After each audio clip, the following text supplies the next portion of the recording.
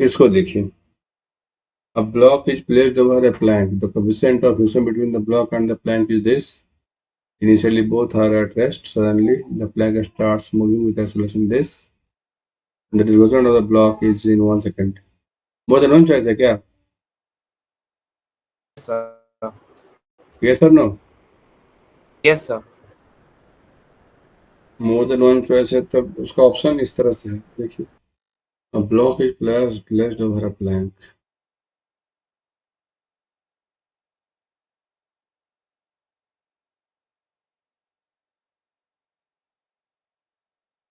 The coefficient of friction between the block and the plank is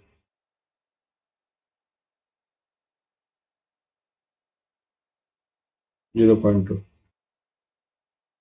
Suddenly the plank starts moving with acceleration. देखो ये चलना शुरू हो गया 4 मीटर पर सेकंड स्क्वायर, है ना?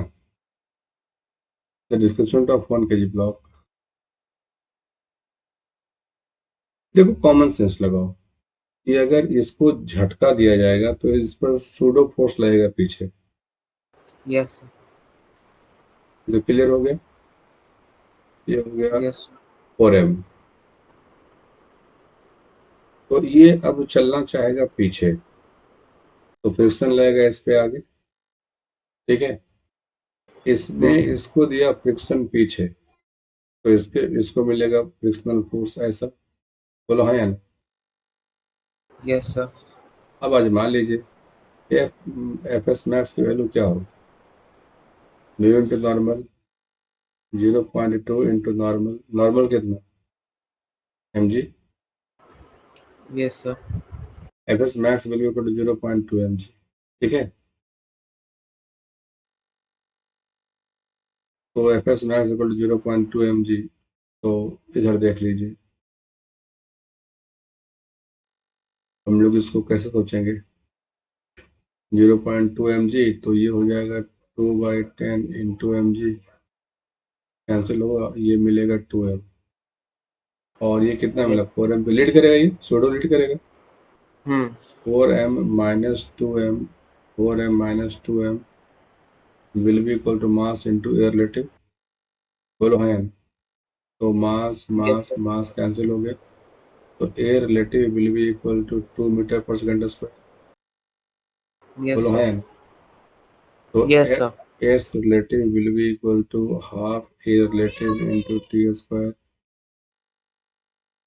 तो हाफ इंटू एयर रिलेटिव 2 और टाइम कितना बोला 1 सेकेंड 1 स्क्वायर.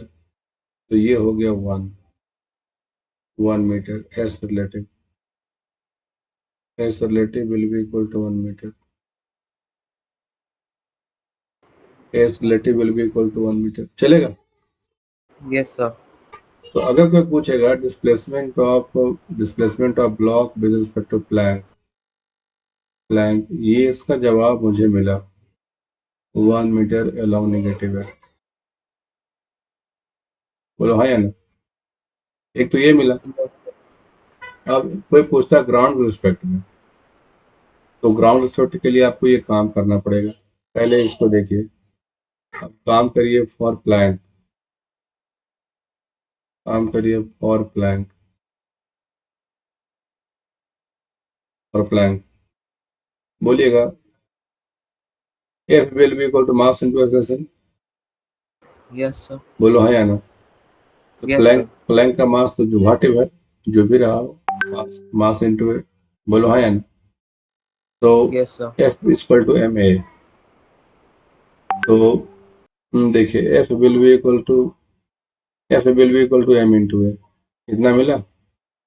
और वो एफ Yes, कितना sir. था, वो एफ था 0.2 ना. 0.2 इंटू छोटा वाला एम. छोटा वाला M G will be equal to mass into acceleration. इतना हो गया. तो Yes, sir. A will be equal to 0.2 M G by capital M. Mass दोनों का सेम है, कुछ है दिया हुआ रिलेशन.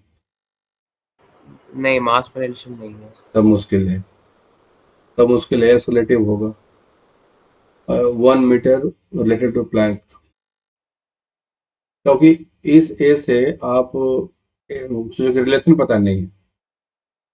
इस रिलेशन हमें पता नहीं है, छोटा एम और बड़े एम में क्या रिलेशन है, इसलिए मैं जाऊंगा इसके साथ नहीं, ग्राउंड वाला कोई ऑप्शन नहीं, ना तो ए ना तो डी, ओके, बी के साथ जाऊंगा।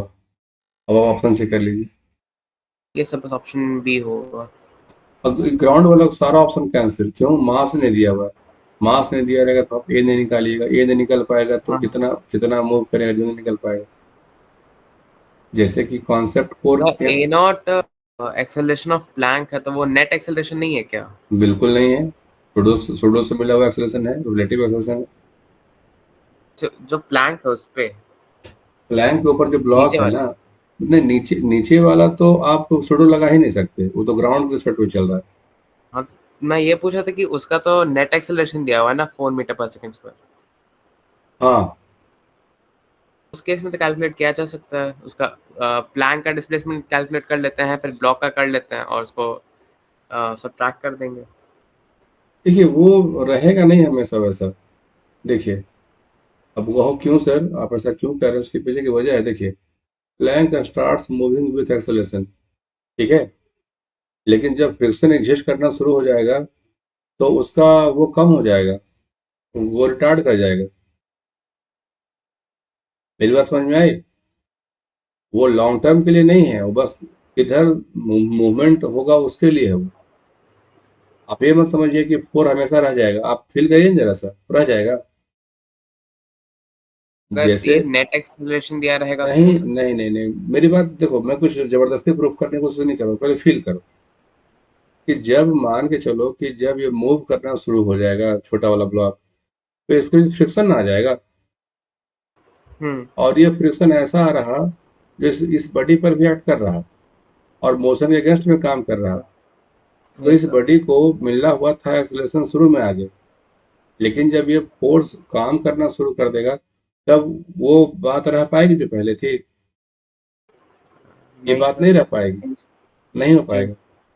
और उसने ऐसा इसलिए लिख दिया, और कहीं नहीं लिखा हुआ है कि फोर्स कंटिन्यू रहता है, देखो क्या लिखा हुआ है, suddenly the plank starts moving, suddenly, मतलब अचानक से चलना शुरू किया, इसीलिए हमने उसको यूज नहीं किया।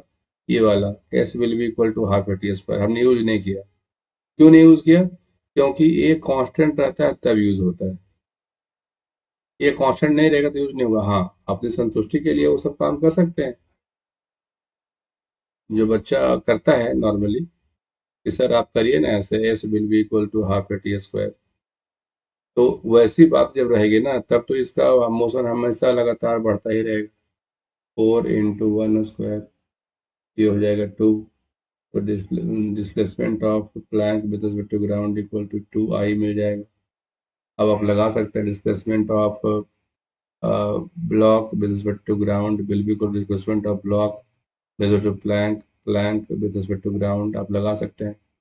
तो उसका प्लैंक के रिस्पेक्ट में कितना था, वो 1 along -i था, ये कितना था, 2 along+i था, तो 1 along+i ऐसे आए, 1 along+i, ठीक है। तो 1 metre relative to ground i cap में होना चाहिए, तो उस हिसाब से ये हो जाएगा। लेकिन उधर मेरा ध्यान क्यों नहीं गया, क्योंकि फ्रिक्शन फोर्स जब रहेगा तो ए मेंटेन नहीं रहेगा, तो उस हिसाब से ए भी होना चाहिए, ए एंड बी। आंसर में क्या लिखा है? आंसर में बस बी है। तो मेरी सोच जो पहले वाली थी ना उसी को उसने मेंटेन किया, ये हमेशा कांस्टेंट रहेगा नहीं, इसीलिए ओके। आपको ये लगाने का हक नहीं। Okay sir. वो फॉर्मूला कब यूज होता है, s will be equal to u t plus half t square, तो जब रिफ्लेक्शन कांस्टेंट। ए की वैल्यू कांस्टेंट रहेगी और स्टेट मोशन रहेगा तभी होगा, ऐसे नहीं होगा, ठीक है। Yes sir.